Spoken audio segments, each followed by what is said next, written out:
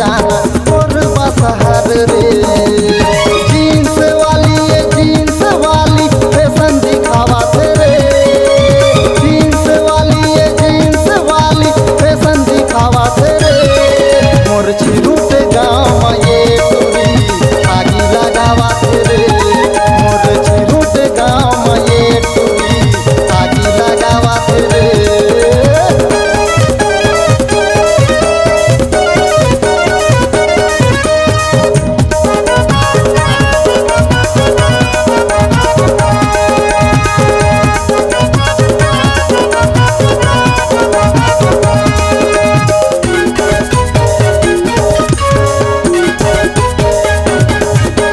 बाकी मोंगरा आना है जाना बाकी मोंगरा रे।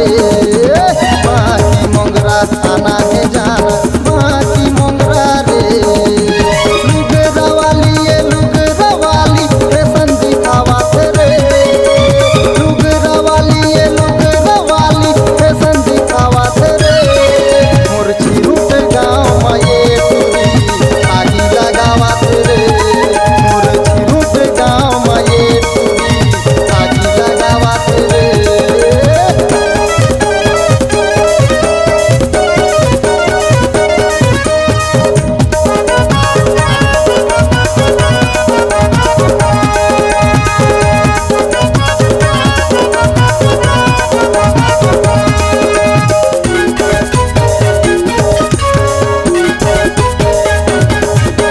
छुरी शहर तोर आना है जाना छुरी शहर मारे।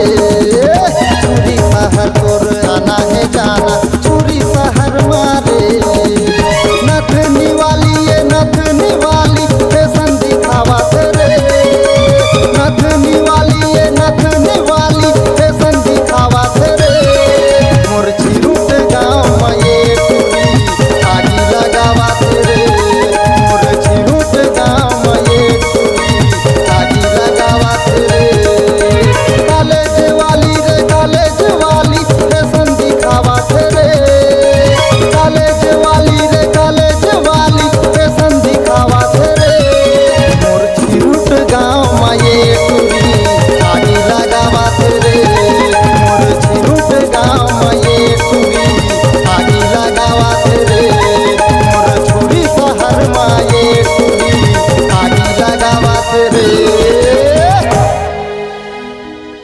अगर आप अपनी आवाज को एक नया आयाम देना चाहते हैं तो चले आइए मल्टी ट्रैक डिजिटल रिकॉर्डिंग के लिए संपर्क करें HK म्यूजिक कंपनी, कोटा डबरी, चांपा, छत्तीसगढ़। मोबाइल नंबर है 9329238487 और 8085380339।